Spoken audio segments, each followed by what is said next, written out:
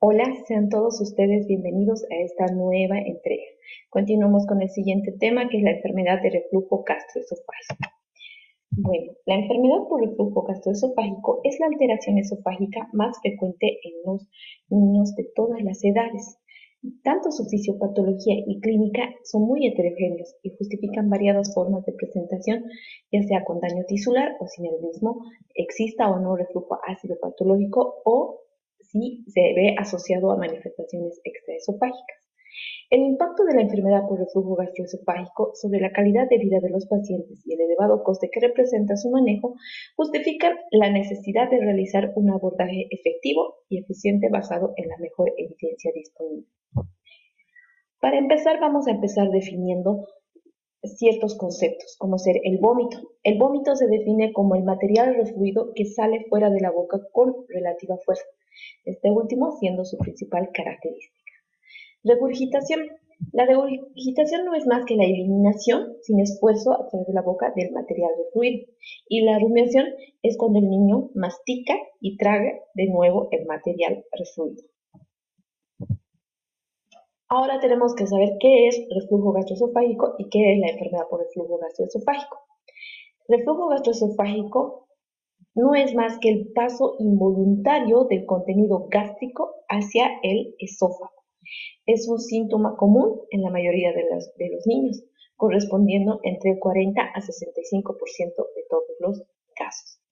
Y la enfermedad por reflujo gastroesofágico, esta es la condición patológica que ocurre cuando el reflujo del contenido gástrico provoca síntomas o complicaciones digestivas o extradigestivas.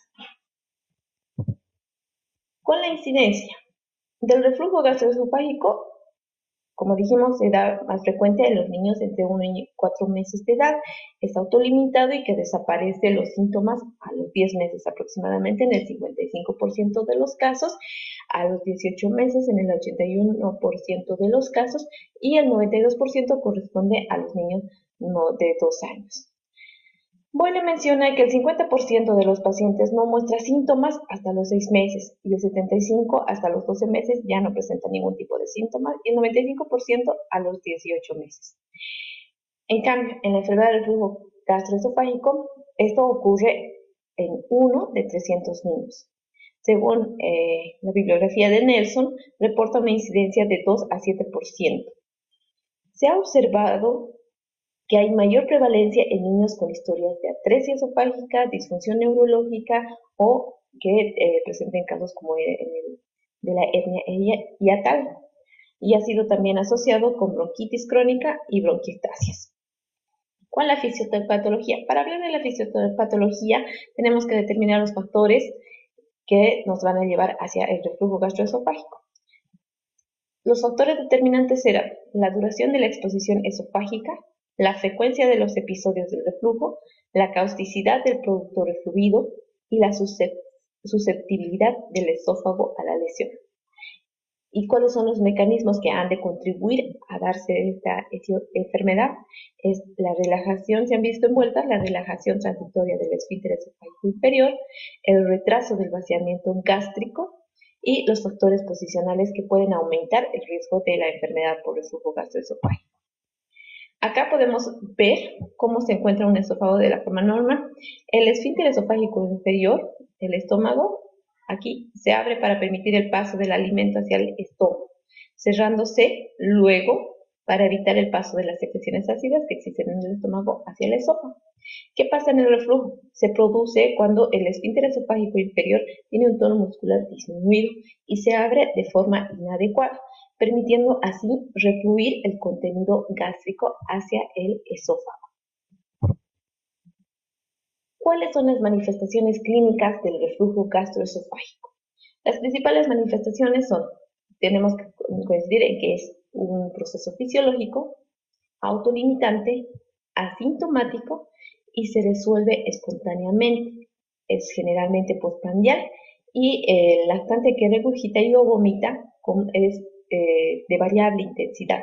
Su ganancia de peso es normal, o sea, crece bien y está sonriente. Es a este tipo de niños que usted los llama vomitadores felices.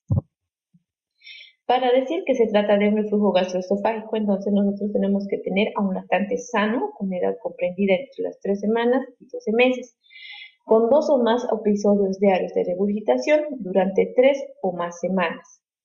Tiene que existir ausencia de náuseas, hematemesis, aspiración, apnea, fallas del medro, rechazo de la toma y disfagia o posturas anormales.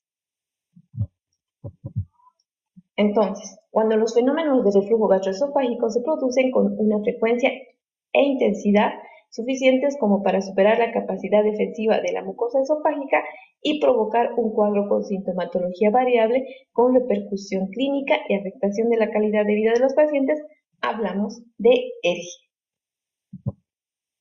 ¿Cuáles son los grupos con alto riesgo de la enfermedad por reflujo gastroesofágico? Los grupos con aquellos niños que tienen afectación neurológica, como en el caso de los síndrome de Down,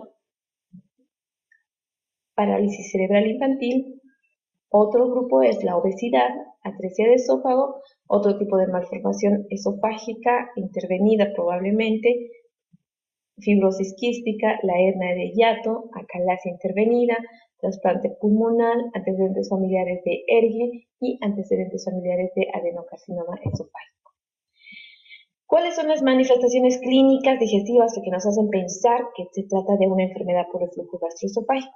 Que es aquella regurgitación con poca ganancia de peso, la irritabilidad persistente de nuestro paciente, el dolor torácico, disfagia, pirosis, hematemesis. Puede presentar también síndrome de Sandifer, que no es más que la hiperextensión anormal del cuello. La triada de este paciente generalmente presenta la triada de ERS, donde vamos a encontrar con el apoyo de exámenes de laboratorio anemia, hipoproteinemia y acropaquías. También puede presentarse con desnutrición, enteropatía, con un síntoma que es de pierde proteínas, anemia, entre otros. También puede presentar anorexia, cialorrea, hipopersistente y alteraciones del esmalte dentario por el continuo reflujo que pueda presentar nuestro paciente. Entre las manifestaciones extradigestivas en la enfermedad por reflujo gastroesofágico tenemos apnea, cianosis, sibilancias, neumonías recurrentes o por aspiración, tos crónica, estridor, trastornos del sueño, hiperreactividad bronquial, laringomalacia, estenosis subglótica y otitis media de repetición o sinusitis.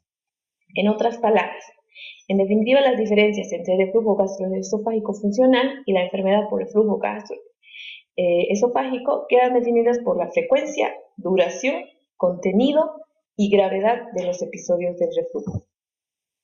Para llegar al diagnóstico, como vimos, tenemos que ver la edad de comienzo del cuadro clínico, los síntomas de inicio y el tiempo que transcurrió, la evolución según el tipo de alimentación que lleva nuestro paciente, la curva de crecimiento en relación al peso y la talla, la asociación con síntomas otorrinolaringológicos o la asociación con síntomas respiratorios o neurológicos.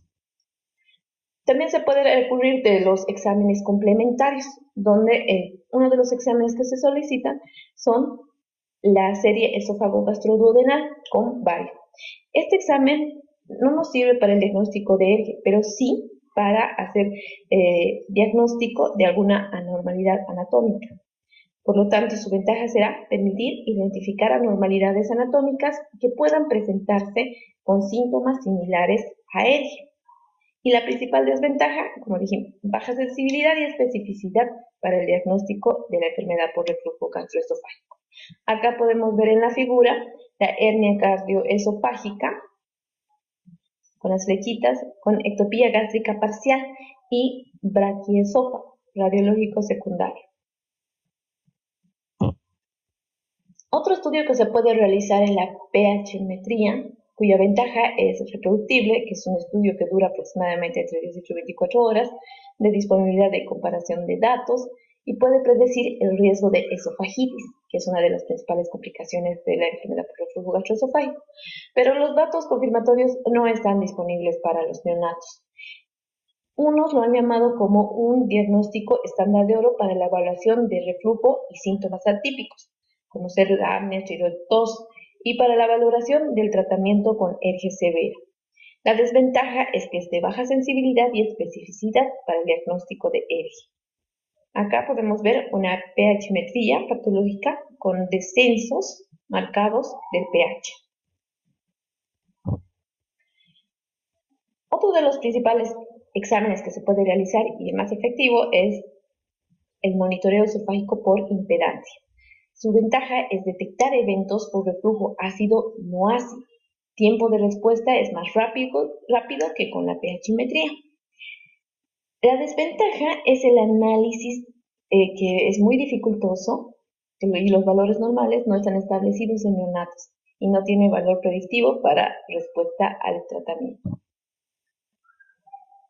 Otro examen indicado es la manometría esofágica, cuya ventaja define el mecanismo fisiopatológico del reflujo gastroesofágico, su evaluación de la peristalsis y aclaramiento del esófago y la evaluación de la dinámica esfinteriana.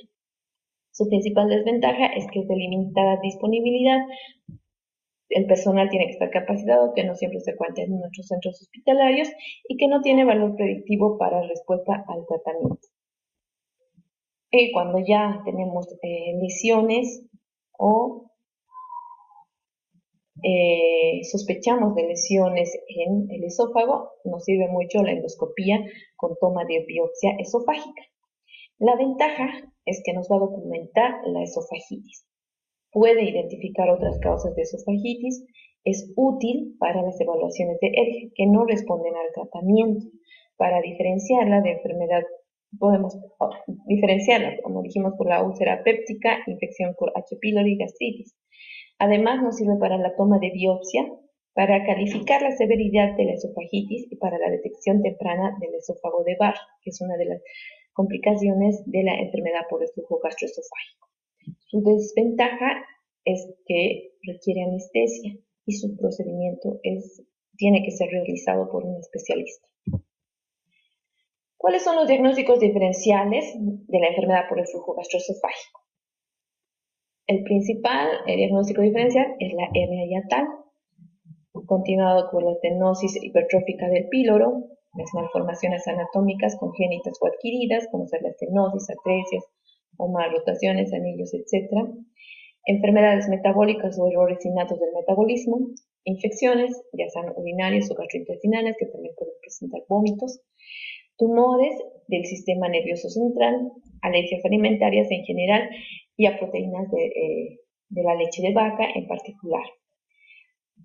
O en caso de esofagogastroenteropatías alérgicas o eosinofílicas o trastornos metabólicos, como mencionamos antes. El tratamiento. Para realizar el tratamiento, consiste en 3 pilares. Cambios en el estilo de vida, el manejo farmacológico por otro lado y el manejo quirúrgico por último. Dentro de los cambios de estilo de vida, principalmente la posición. ¿Cómo tiene que estar nuestro paciente? En posición supina. En los lactantes se puede hacer cambio de las fórmulas para disminuir la irritabilidad y la regurgitación de contenido gástrico hacia el esófago. La fórmula que se indica generalmente es una fórmula hipoalergénica con proteínas hidrolizadas o las fórmulas de soya.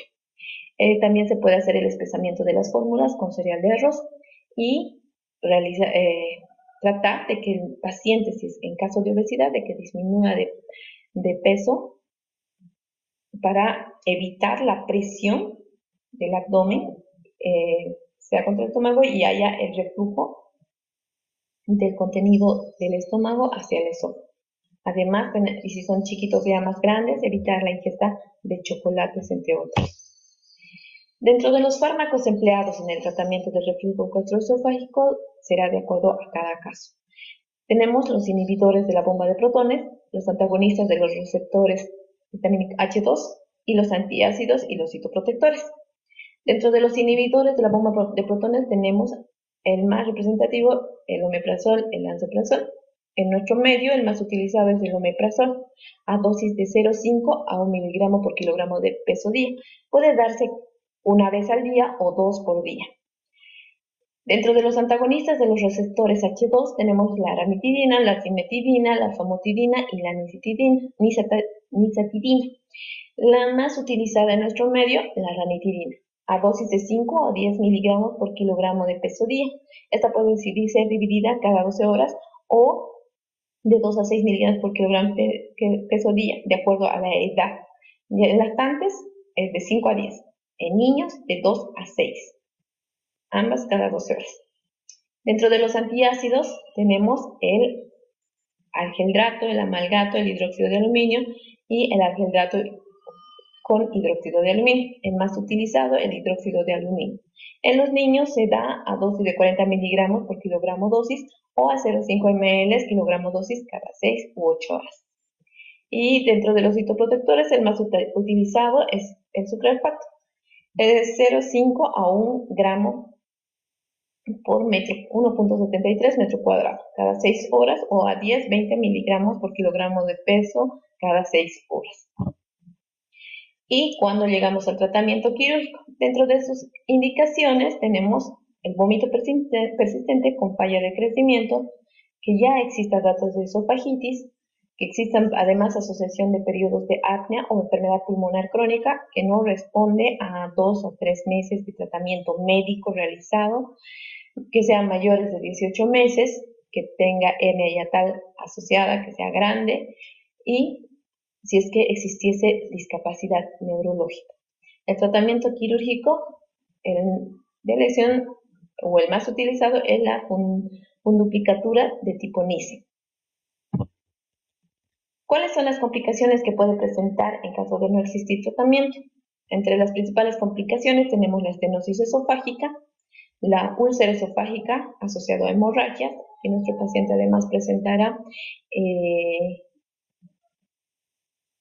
puede presentar vómitos negruzcos.